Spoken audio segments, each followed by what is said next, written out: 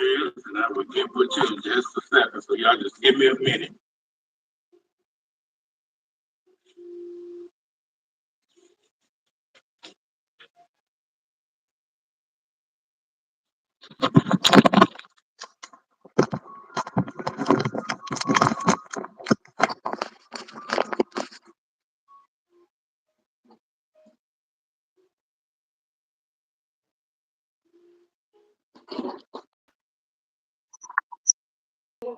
What up,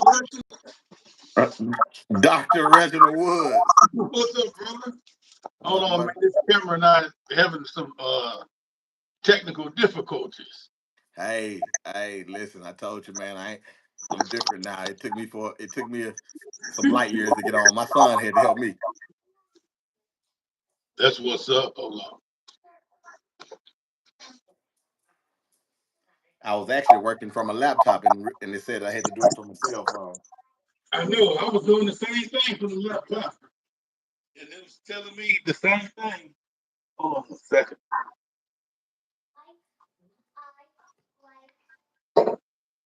I just want me to turn my camera. Everybody that's out there, forgive me, because this is crazy.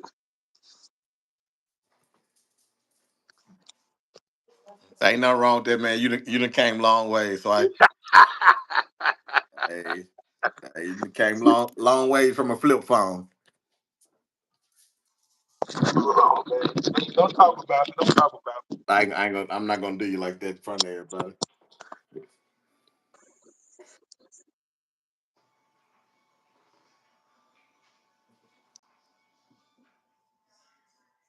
I don't know why it want me to go sideways. It's telling me to go sideways, man. I know.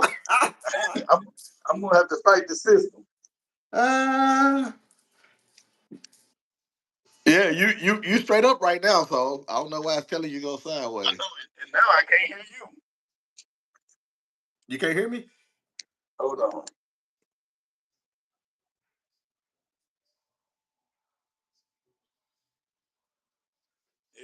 Everybody, forgive me. Don't talk about me. Oh man, if they know you, they understand the struggles. This is crazy. That's that Austin Peak. You hear that? You hear that Say part? something Did for me, Braxton. Can you hear me? You can't hear me?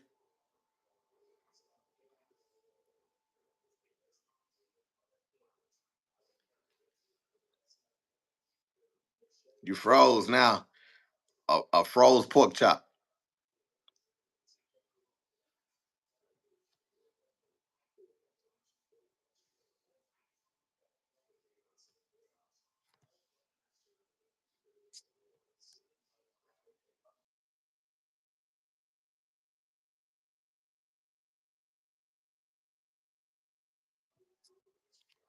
Dr. Reginald Woods, you froze, man. What's going on?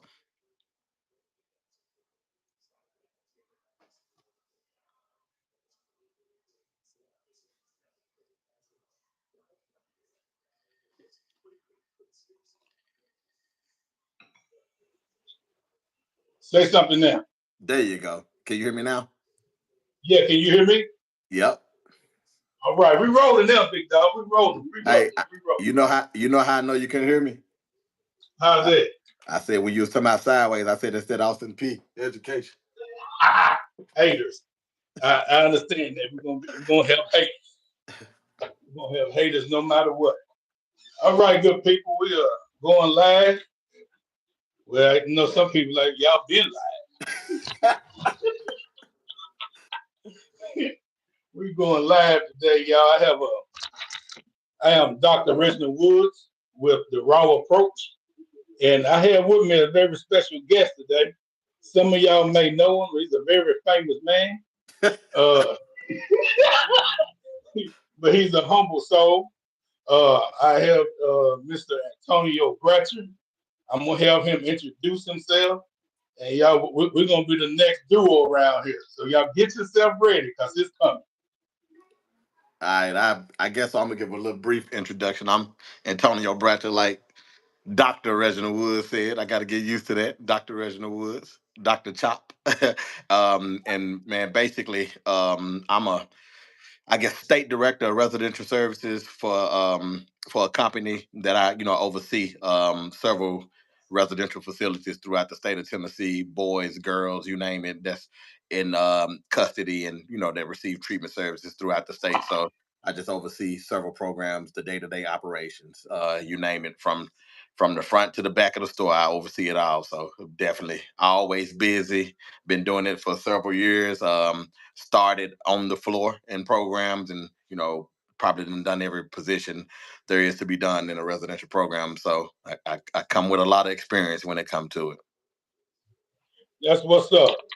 I invite Mr. Bratcher here. Y'all, Bratcher and I, we worked together at one facility, and he got me kicked out. Um, Not just joking, just joking. And then we was like Batman and Robin at the detention center. If you Yeah, seen one, you seen those. You seen the other one. And when I tell you that, there was some good days, but there was more bad days there than it was good days. But no matter what, we made the best of it. yeah, Can't anybody know we're going through a lot of chaos when COVID happened. And yeah, and another thing to bring out, we all know that we all go through situations when uh, it's let's go ahead and say it. When you're dealing with organizations, organizational leaders make some decisions that sometimes is not best for the employees and even upper management. But sometimes you just dealt the cards and you just got to deal with it, good, bad, or indifferent. That's what makes a good leader.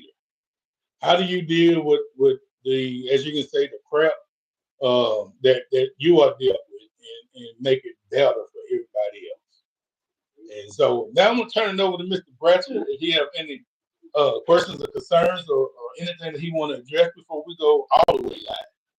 I, I don't, man. I actually was started off by when you say bad days. I wouldn't even say that, man. I definitely had some tough days and rough days, man. We dealt and again, I hadn't worked in any other states, but I'm familiar with different states. I would say that detention center is probably one of the toughest programs in the country. Given the population, the politics, and the things that come with it. So I wouldn't even say bad days, just tough days. But going back to like you said about leadership, man, like when you look at it, man, we had a lot of happy kids, healthy kids, and we had a lot of happy, healthy staff. We didn't turn over a lot of staff. We didn't terminate a lot of staff. We didn't have to lay people off, things of the nature. So yeah, definitely tough, rough days, but not bad. But no, I don't have any questions, concerns. You know how we do was, man. I'm just here for the conversation and just want to have an organic, natural conversation. All right. Well, let's go and dive in on one of the things that a lot of people tune in with us today is employee engagement. There's so many things that we can do to keep employees engaged. And I know my people look at my hands are not ashy. It's only my ankles.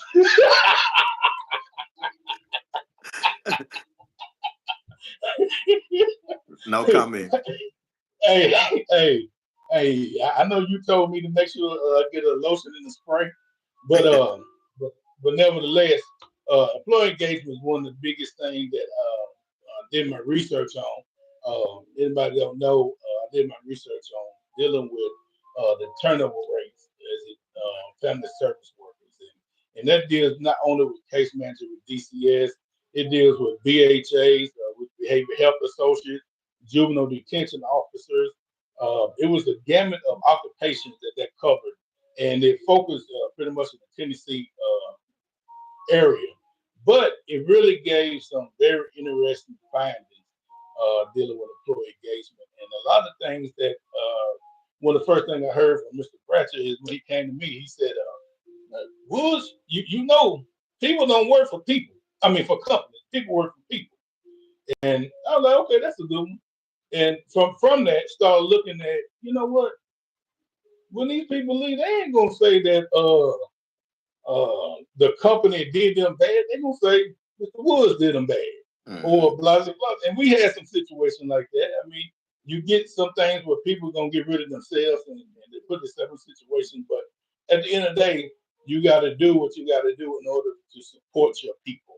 If your people feel supported, they will go to bat for you and whoever that they supposed to be protecting, because some of the people that put in the hours in that place, and it was because we did what we had to do to make that place an enjoyable one while at work. And people like me, they put in some hours there. You Yeah. know what I'm saying? So it is what it is.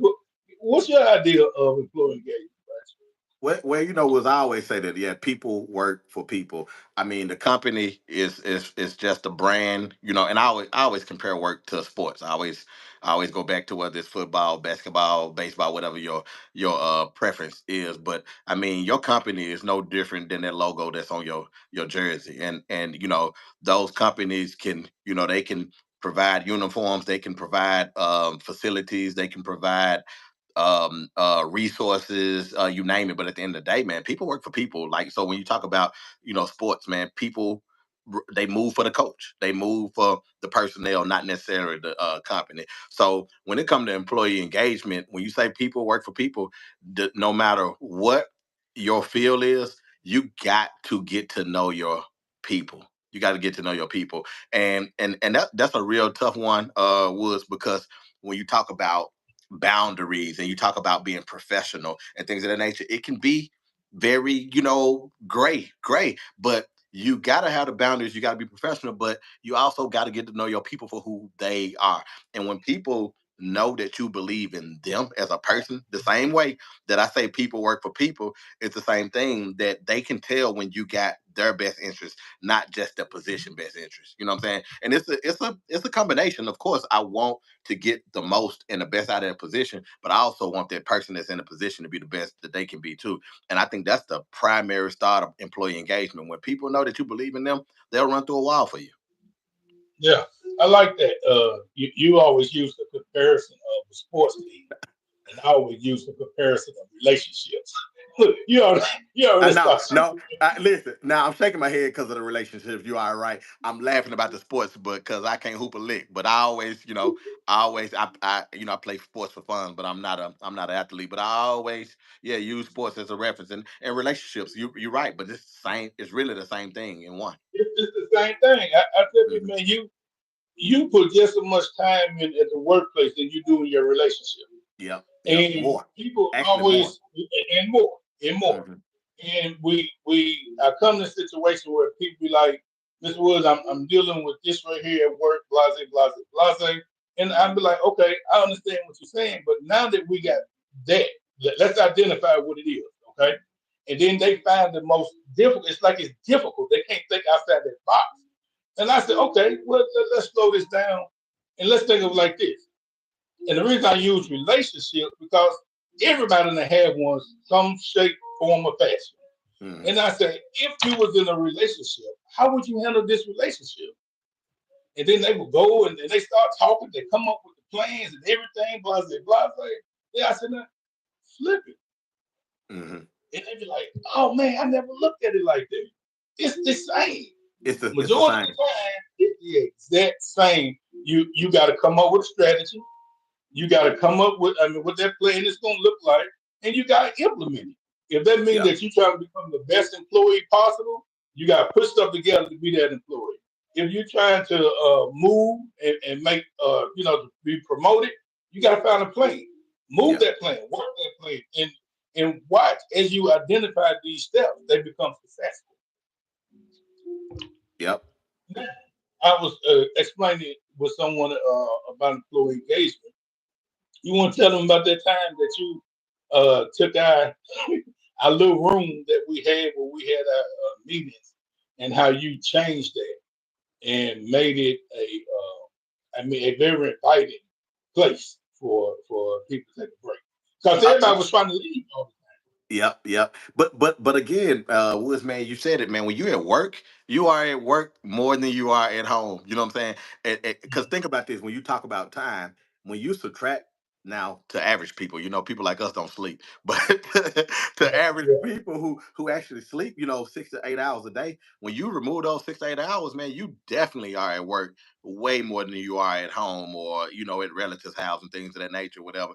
And so that's one of the things about employee engagement, man. You gotta have a space where people feel comfortable in. That's inviting. That's where again it goes back to what you used to do for a living. You still kind of do, but dealing with the kids, man, or even with dealing with adults, man. Like not having that environment that people want to be in, like that's tough because you think when people get out their car, what I mean, they should get out the car and want to walk in the building, not walk in the building like, I'm here again, whatever. And so again, going back to like you said, that one little small area, man. And I know like a lot of times, you're limited when you talk about the space that you have, monies. A lot of companies don't spend a whole lot of money on, being able to make a break room state of the art. But you got to be creative though, like simple things. If you think about that, man, we did a couple of hot dog makers, made spruced up the clock, put some better furniture in there. Something as simple as I remember when the new staff used to come in and they used to have to get on the computer and do the assessments, whatever the on hiring assessments. And I looked at that outdated computer that we had, right? Now check this out. Now think about this, Woods. Think about this. The computer was still outdated. All we did was change the monitor. We just change the put money. we put a, we put an upgraded flat screen monitor Curve on the money. same That was the on the curve money. on the same, yeah, the curve monitor on the Yeah, same. it's a Oh, curve money. and people, they felt more prideful. They felt like as opposed to looking at some 1986 big back TV, whatever, something as small as that, you know what I'm saying. And that environment, it is critical, man. Like when you come into an environment, it's just like, again, like your home. You want your home to be comfortable, and it's no different than work. People want to feel comfortable, and they want to be in an environment that they can be proud of. You know what I'm saying? I always, was I dive into that a little bit later, but I always talk about that broken window theory, man. Like No, when people, I wanted you to go there because I had that written down when you okay, discussed that. And I was going to take it on another level as well. okay, yeah, we'll get into that. But like again, Okay. taking care of your environment, and when people are in an environment that they can feel proud of, they'll take care of it. They will. Yeah, and there's a reason I want to talk about that because Okay. it talks. We'll get into it, but we're gonna move on because I want to talk about how the kids took care of the environment, which was shocking. But we're gonna come back to Yeah. that. Okay. But I want to also add to the employee engagement piece, which is simple stuff. Like I'm not a coffee drinker. Yeah, I don't care about coffee. But when we put in place the coffee machine, the Keurig, I don't know nothing about no Keurig machine. But for the staff, man, it was like, hey, how much we got to pay for this? That's yours. It's free. That's yours. Yeah. Yeah. For real. And then they were like, okay. Then we start getting the creamer, the sugar, and all Yeah. that for them. They were like, we ain't got no, that's y'all, dog. Hey, we just glad you coming to work. Yeah. With small stuff like that. Um, and what I was gonna say with that is a lot of time in dealing with this industry, uh, you have to do things to support the staff in ways that you will want to be supported. And then not only that, do it in ways that they want to be supported. Yeah. I feel that if a staff, and this has been proven, so it's not an opinion, if staff believe and feel that they are worthy of their organization, they will come to work even when they don't want to work or Hmm. tired or whatever. They're gonna come because they feel this is a part of me. They And do. research shows that if a person feels worthy of the organization and also identify if my supervisor actually listens to me, man, the research I think it was 75%. 75% of the staff that was in the research identified they believed that they supervisor was there for them, which to me was kind of shocking Uh-huh. because on the flip side, you have some other things that we're going to talk about, on down the road and other casts and stuff. But in that point, a lot of people really felt in the industry felt supported because I, they believed that their leaders was somebody that actually knew what they was doing. Uh-huh. And compared to some, as I call it leadership by default. Compared to someone who you had an organization, people may not like that organization. Your good employees, the one that understand that can make moves, be like, man, the concept for this organization no good, so they leave.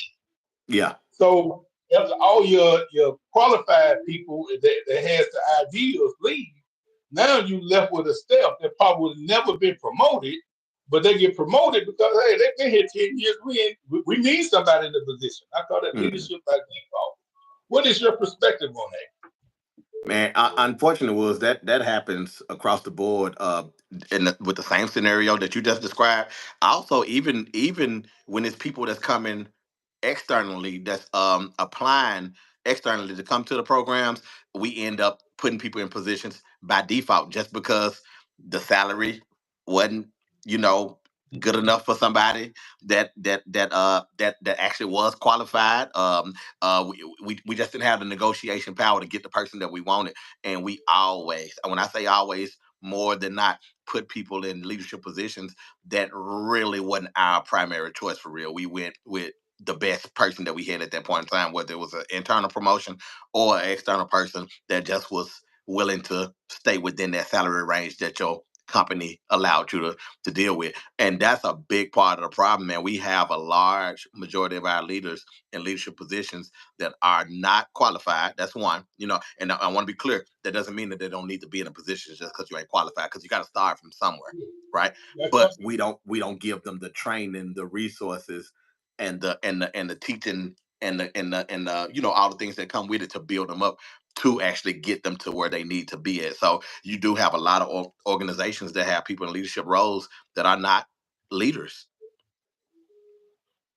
And someone asked me, this is the biggest conversation, so we don't have to spend much time. Do you believe that leaders are born or they made? Both, a combination. Some things are just in you, man. Again, it goes back to sports. It goes back to sports. You got some Right. people who are just natural athletes. You give Like them a that ball. dude with Alabama, the 17-year-old. Say it again. The 17-year-old from Alabama, University of Alabama, that made that catch. He made them two dudes from Georgia look terrible. Natural athletes, though, right? You know what I'm That's saying? right. But then you got some people that actually just, again, came up through the right type of training. They had the right resources. They had the right supervisor, the right person to motivate them and whatever, and then they was able to be developed. You know what I'm saying? So you got to come, but it's a combination. It's a combination. I have seen some people that actually, given the right resources and the right training and teaching, have become leaders, and they just didn't have that natural. I was born with this leadership type skills. The difference is the people that's born with it, they can do it off the cuff. They can, Yeah, yeah, yes, the trainings, the books, and the manuals are important, but we already know it's in us, and that book that we're reading just kind of helped solidify what we already knew, or it gave us some extra, like, okay, I already thought that, but that person just confirmed that I knew what I was talking about. And you got some people who actually need to read that book front to back. But I think it goes both ways. You can develop leaders, and sometimes it's just within you. Now, depending on the field that we're talking about, I think that's what determines which one is more important. You know what I'm saying? Because sometimes leadership can just be in you, but if you're in the wrong field, that doesn't mean that you're going to be successful. And I agree with that. That I think that takes me to where I want to go with organizational leadership. Organizational leadership puts us in a situation where you look at the big picture and the small picture at the same time as are the leaders of an organization. Okay. Now, in dealing with the leaders of an organization, you have to identify decisions that Hmm. has to be made to be, with all companies, everything is about the finances, the growth, and everything like that. What are we putting together to benefit? Because you got to benefit the consumers. The consumers is not only the people that's purchasing. The consumers is your staff. The consumer is your advisory board. Your consumer is the potential. What's the word I like to see? Advertisement. Yeah. Advertisement in today's time, is all about word of mouth. If you don't believe it's not, it's more than just talking about it. It's on the internet. It's on social media. It's word of Yeah. mouth. There's no official somebody spitting ads on it. And I like to tell people and share with them what may work good for McDonald's is not going to work great for Burger King. Correct. Those are two different mindsets. Yeah. What works great for Chick-fil-A, they really have a great procedure and how they get people bought in. And I'm not a big Chick-fil-A fan, but every time I have gone, been the most courteous people, Hmm. and that's in their program. And Yeah. just because it works well for Chick-fil-A, don't mean it's going to work well for any other chicken company. Right. So, in there, what do you identify? Let's go with behavior. 'Cause a lot of kids, and as well as adults, is moving into the behavior health issues. So we're gonna kind of move it a little bit. What do you identify as important for to support the behavior health staff in comparison to corrections? All right. So, man, let's going back to that analogy that you gave about the Chick-fil-A and the McDonald's. I got another layer to that too. What works in for McDonald's in West Tennessee is different than what works in East Tennessee. You see what I'm saying? So even you compare companies, but even with that one company, it depends on demographics too. You know what I'm saying? So kind of going back to what you said about the behavioral health thing, I think demographics matter. It depends on what area you are in. You know what I mean? Because I like I said earlier, I oversee several programs in Tennessee, and I'm telling you, in the middle programs, the things that I do to attract or engage the staff in the middle programs won't work in the East. I have to think outside the box and do something totally different because it's a different demographic. What works in the middle does not work in the East. You know what I'm saying? So again, I think one of the first steps is identifying, do you got the right people? A lot of times, Woods, man, people are just after, especially since post pandemic, man, people are just applying for jobs that they have no clue of what the job is. They by the time that they sit down with you, these people have applied for 30 some jobs. You know what I'm saying? So one is that, man, that initial. I had one of my directors, man, used to say this that hiring starts. I mean that whole engagement starts when you first make that first initial call with somebody. A lot of times this is about when we think when they hit our training class. That's when we start doing all that engagement. No, when you make that first initial email or call on, hey, I hear you interested in a position with so and so, blase blase.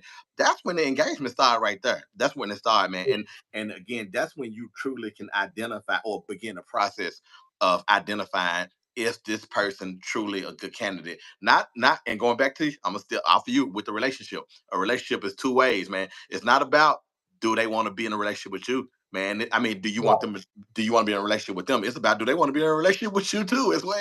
You right, know what I'm saying? right. So yeah, even though you interviewing them, man, really you should have an interview They process interview where you. people are allowed to interview you for real. Because at the end of the day, Yeah. like you said, it's a relationship.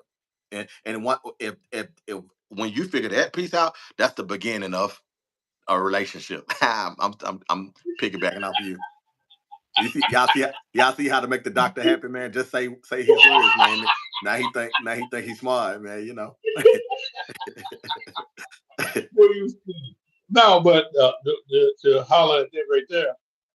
But that's real though. I mean, the interview process is two ways because I mean I've been in interviews and I'm sitting there listening to them like, man, they just wasting my time. Wasting time. Wasting And you time. can tell, and you know, I'm kind of a little bit more confrontational, not in a negative way. I'm just a little bit more upfront, and when we are having, I've been in a situation that we don't have an interview as a couple questions, and after that, man, we're talking about something that's totally off the wall. Hmm. And I just gently told the man, I said, hey, out of due respect, and I said, obviously the way this interview is going, you already have your candidate. You wasting my time and I'm wasting your time. Hmm. And he kind of looked at me like, hmm. And I just told him out of due respect. I said, you know, I ain't trying to tell you how to run your company, but be respectful of people's time. And if you're gonna take the time to give somebody an interview, go through the process like you really want that person there. Don't Yeah. let no one feel like, you know what I mean, he didn't want me and you walk away that interview. I love when people say, man, I went to this place, I had an interview. I don't know if I'm gonna get it, but man, it was a good interview. Yep. Yep. Yep. That does something because at the end of the day, we talk about that reputation of that company. Yeah. And you can be able to say, well, I didn't get that job, but Mr. So-and-so who interviewed me, man, I really felt like I could work for that man. Yep. Then they Yep. might they might apply again. But when you wasting people's time, and people pick up on that. Yep. People Yep. pick up on I it. Let me going ask you back to about this. Bro. going back to that working for people was, man. I can tell you, man. I don't know the number, but I can tell you out of the many interviews I have done over my career that like I said, it started in the beginning. I had several people that be like, man, I want to work for you. Yeah, it wasn't even about no disrespect to the company, but it wasn't about the company. Mhm. It was they felt something in that initial interview where they felt something from the person. And going back to people work for people. And that's the very positive thing, man, because we got to stay encouraged. We got to keep people uh, involved. And I tell people, when you get people in a company and you working for them, one of the things when I was with DCS, you know, and I was a team leader at the time, one of the things that I really liked doing was going out on the visits with my case managers. And they kind of looked like I was trying to catch them doing something wrong. And I told them, this is not an aha moment. I really want to see what it is that you're doing, who you're going to go see, and you know how you interact with your kids. And I Yeah. said, so you know, they got comfortable with it. Then I said, let me ask you something. Let me ask you something. If I never went out on your home visit, schools visits, or whatever visit courts with you or anything like that, and then when it's time for you a yearly evaluation, and what's the first thing you gonna say when you don't get the evaluation that you want? Right. Well, Yep. how you know you ain't never been there with me? You know what I'm saying?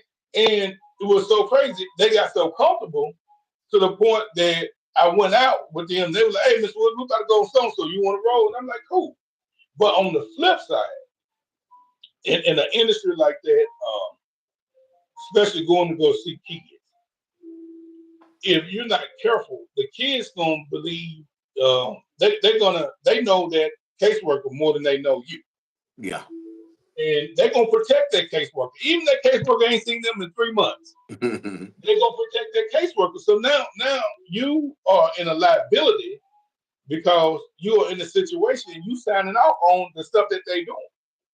And but I realized what I found in dealing with a lot of my workers, man, is that they felt so supported they either when it was time for promotion, they really didn't want their promotion. They wanted their promotion within the team. They didn't want to go to Yeah. another team. Right. And I tell them now, this is where I'm gonna go with the sports analogy. I'm gonna pick it back off you. I said sometimes just like with football, you got to move to another team in order to get your recognition. Yeah. Yeah. You know what I'm saying? And don't it ain't that you failing me. You making me look good is what you making yourself look good because you get promoted to do something better. And just like with football, when that contract is up and you ready for the next contract, sometimes you gotta go to another team. Yep. and be. Yep. What's your thoughts as it comes with the same thing that we do with patients, youth, adults. We call them a behavior management program. One of the things that I found that was more rewarding is when we start doing behavior management programs with the staff. Yeah. Yep. Yep. Simple stuff as Monday Munchie or Yeah. Munchie Monday. They love that. Simple, small stuff. What is other things such as the behavior, like we talked about that with the kids that we're dealing with staff? What are some other things that you think that is a good support for staff? And then I'm gonna give you two analogies and examples. Then I'm sure you're gonna come up with some more. Man, I'm gonna tell you. I'm gonna start off with the easiest one, man. Recognition, man. Yeah, It was, you know, this, man. The same staff that say, you know, man, I don't care about that little certificate, or they told you you was this, and they behave. Nah, that little certificate. I need some money. But the same staff that don't get recognized be the ones that be griping because you just didn't recognize them. You know what I'm saying? Uh, right. when you talk about behavior motivation, man, they call it behavior motivation for a reason. It's not just solely for kids. It's just not solely for people that's in bad situations. It's not solely for women. You know what I mean? It's for people.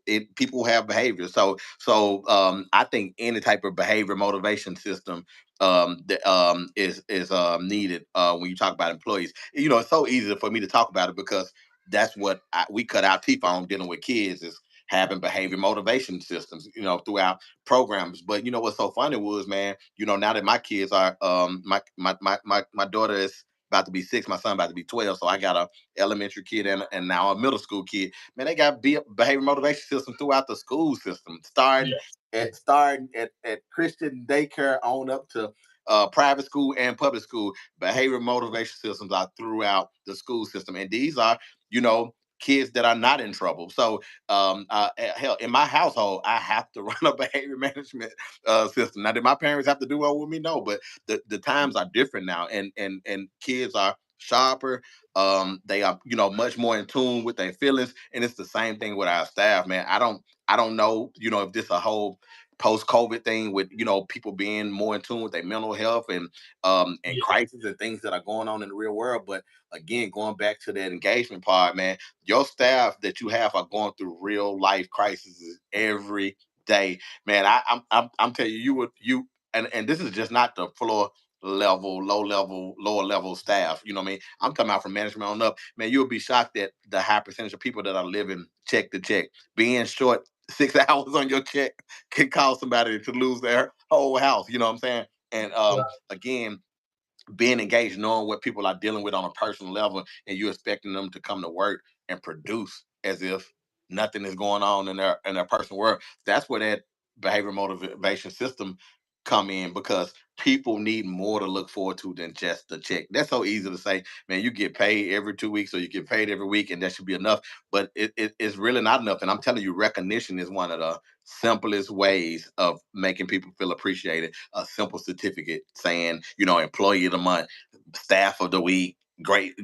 Even without a certificate, sometimes it was just a man. You did a good job, man. You just don't know how far they will go because people don't get told that enough.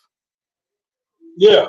And in those situations, a lot of time, man, research shows. That's what I like about that. Research shows that yes, you take the people, you govern everybody together, same policy, same procedures, and you try to give them an understanding of what is expected. Realistically, we all realize that okay, even though I have this policy and this procedure, I have 85 steps. All 85 don't grab that concept the same. No. All right. So you have to learn. Okay, I have a group mindset with everybody, but also in order to move people where they got to go, we got to have some individual concepts. I call it employee individual plan, Yeah. you know, Yeah. or individual proof plan because there is some steps that need a little bit more. Yeah. than you think. And I know for me, and you used to always say, Woods, you think old. But Yeah. it was one of them situations that what's that book, The Noticer? Yeah. Uh-huh. Yep. Okay. It was one of them situations where you always think that people understand the task at hand. But when Yep. you walk away and they start doing something else, and you're like, man, we just talked about this. And then Yeah. they were like, well, that's not how I took it. That's not how I And took that's it. why rephrasing, asking over and over before someone that then having them to, hey, what does this look like to you when you go put this into place? Is a very important piece. And right there is why I want why you had us to all read that book to notice. Man, when you think about it, was the biggest takeaway. First of all, I want to be clear. I am not a reader, man. One of my good friends, constantly kept on asking, telling me about read this book. And then when he finally gave me a book that was thin, I said, okay, I can try that one. And it was Right, the Noticer.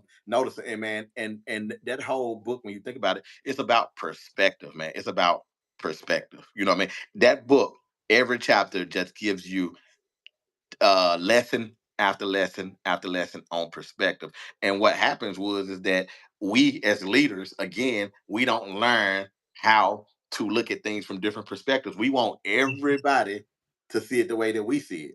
But at the end of the day, like you said, I think you threw out there 85 employees. It's yes, it's challenging for me to figure out how to learn the perspectives of all 85 of those staff, right? It is challenging, right? But I'm the one that want to get the results out of them. So it's in my best interest to take the time to learn their different perspectives, because if I'm sitting back waiting on them to learn my language, and I keep on wondering why every time I run this play or tell them to do this or tell them to do that, it's never done. That's the reason. And when you think about that book, The Noticer, man, it just gave you so many different ways on looking at other people's perspectives. And I'm telling you, was that was eye opening for me when I realized that, going back to the relationships, man, being in a relationship, realizing that, hey, my wife, she speaks a different language right, from me. You know what I'm saying? I can what works for me and what makes me happy. Don't make her happy. Don't move her. You know what I'm saying? And you be wondering why this person is not happy or why they're not responsive, because you're doing things that you like. You're not doing things that they like. And it's no different going back to the relationships and work. It's no different in work. That's why a lot of people don't get the productivity out of their employees or their staff, is because they don't know what motivate them, because they don't see it from their perspective. You know what I'm saying? We say things, foolish things like, man, if I was getting all that overtime, I'd be, but that may not move that person. You know what I'm right, saying? right, That may not move that person. But again, learning people's perspectives. If you remember, that book was one of the big things. I can't remember what chapter it was, when it talks about I think it's 4 different languages that people the language. speak. And going back on perspective, though, if you don't know the language of the person that you're talking to, and you wonder why they don't comprehend the things that you're putting out there, but it's going back to perspective. Perspective is everything. And I know, man, you done had many conversations about this where you scratching your head and like, man, I showed them, I drew it for them, I told them, I went and picked them up, I did this and all that. But at the end of the Right. day, it's not really about the truth versus a lie, or facts versus something that's fiction, whatever. It's about what that person actually believed, and they, because when they believed Right, it, right.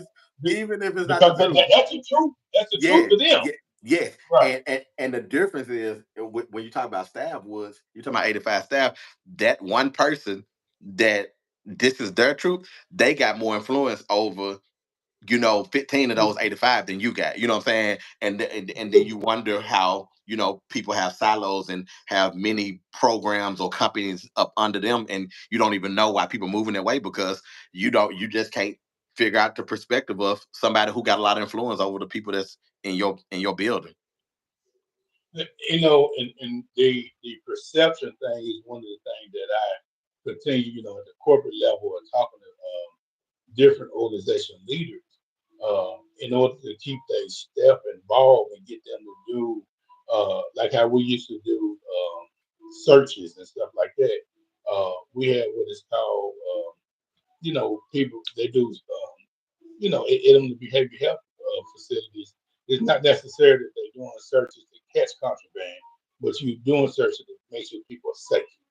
Right. And I tell them, I said, this was the biggest thing that I had to learn at one of my jobs is that how do you get people to buy in on where you're trying to go? And I was explaining to one of the CEOs of the hospital, I said, man, look, a lot of times we think people understand, and they really don't. Yeah. Yeah. And we had this thing at this one facility where we would do things and do employee appreciation. Do employee appreciation. And everybody was buying into the employee appreciation, but the kitchen staff. Mm-hmm. And I sit here like, man, these are the sweetest women in the world. They talk, what is going on? Why are they not participating in these activities? So I said, you know what? Let me go talk to them. Let me see what's going on one on one. So it's 5 kitchen staff, and I go and I talk with all of them. I told them I like to talk with them before they all leave, and so I go in there and we start having a conversation. I said, hey y'all, I know that we do a lot of these employee appreciation activities, and y'all don't participate. And the smallest one had the best answer. She said, Mr. Wood, if you worked in the kitchen all day, would you want some more food to eat You're for right. appreciation? And I said, well, talk about Yeah. me. But I said, she said, every employee appreciation is food somewhere. She Yeah. said, I'm not saying the food is not good. She said, yeah, y'all got some good stuff, but when we come in there, we just got through cooking all day. Yeah. Food is not exciting to us. We want other activities. So that's when I said, you know what? Let's start a committee and let's put a little of everybody, from leadership, from the kitchen to the custodial staff. And that's where I learned that everybody plays a part because Every. if anybody that you leave out, you're not going to have that buy-in.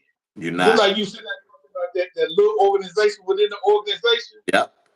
what happened? There was a little organization that said, hey, I don't want to be a part of it. But Yeah. when they start coming with ideas and other things, it really made everybody always go back to this thing worthy of the organization. And that's why a lot of things that goes on, that's how the raw approach came about. I feel that from research, people, no matter what goes on, people want to feel respected Yeah. when they come to work. We got so much stuff that's going on day in, day out, like you said, before you walk through them doors. Last thing you want to hear is somebody trying to tear you down. Yeah. Even though we might have different ideology, respect that person first. Yeah. That's number one. Number two, what we sitting here been talking about for the last 45 minutes is all about appreciation. Mm-hmm. How do you appreciate these people? And at the end of the day, you want to give them respect so they can give respect to you, and then you appreciate them, and they're gonna appreciate you because what it does is open people's minds on what the expectation, what the goal is at the end. And then, as I said, the W is about worthy. Just how many people really want to feel worthy of that organization, man? Yeah. If I'm going to be here 8 to 16 hours, I want to feel like I got something to do Yeah. with the challenges and the movement of this organization. And I think those are very important pieces right there. They are. They are. All right, let's go ahead with the broken window. We're going to wrap it up.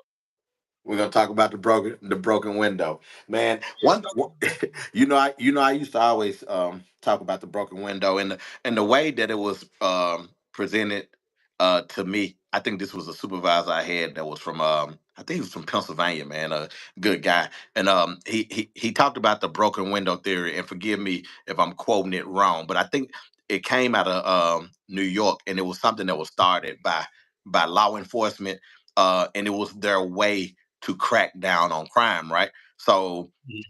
just say some kids hanging outside on the corner talking, right? They wanted to cut down on crime, right? But those kids standing on the corner, they not committing no crime. But the way that the police department thought was that those kids that are standing on the corner, they eventually are gonna start selling drugs. You know what I'm saying?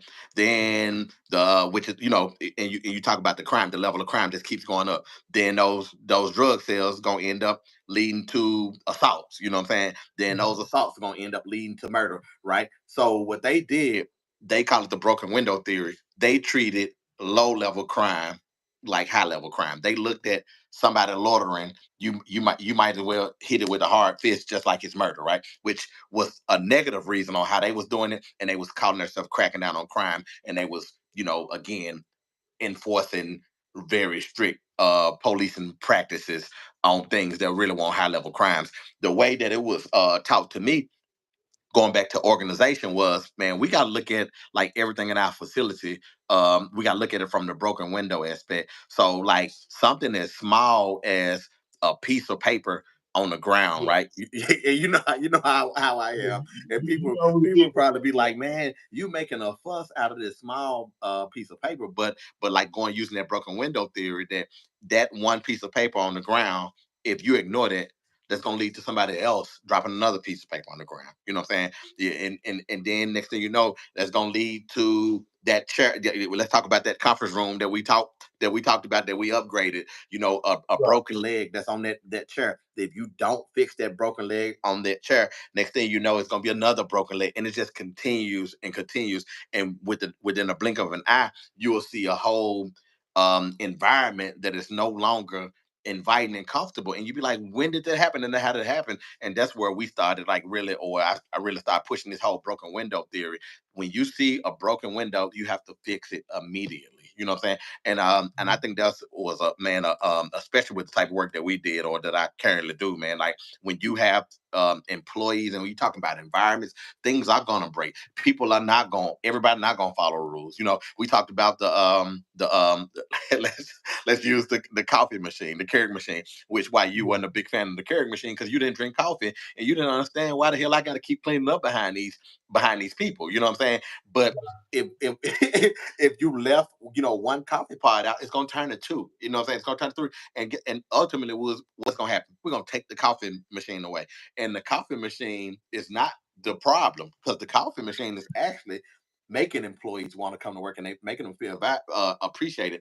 It's the broken window. It's the not cleaning up the one pod, or wiping behind yourself, or somebody Yeah. washing the pot. You know what I'm saying? And it's about addressing those things in real time. And again, I know a lot of people don't understand it, because they're like, man, you're making a big deal about a one coffee pot. But again, if you don't make a big deal about that one coffee pot, it eventually, you're gonna have a broken Keurig machine, and we're gonna remove the Keurig machine, and nobody's gonna be happy. And then, with that concept, I had a lot of people that worked at that time that did not understand it. So I had to, you know what? Let's go with the relationship aspect. Right. In a relationship, if you was in a situation like this, or if it's something else that's going on in that house, you don't address it, what goes on?